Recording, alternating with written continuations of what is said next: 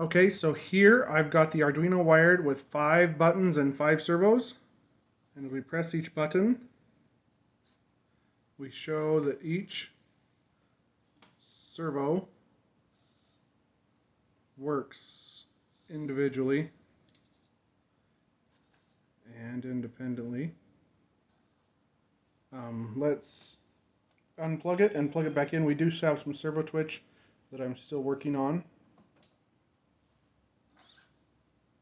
They all reset back to the straight position instead of the thrown position.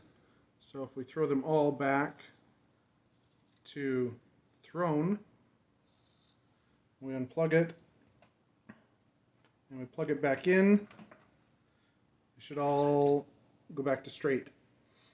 But if we leave it all thrown to straight, we disconnect the power and turn the power back on.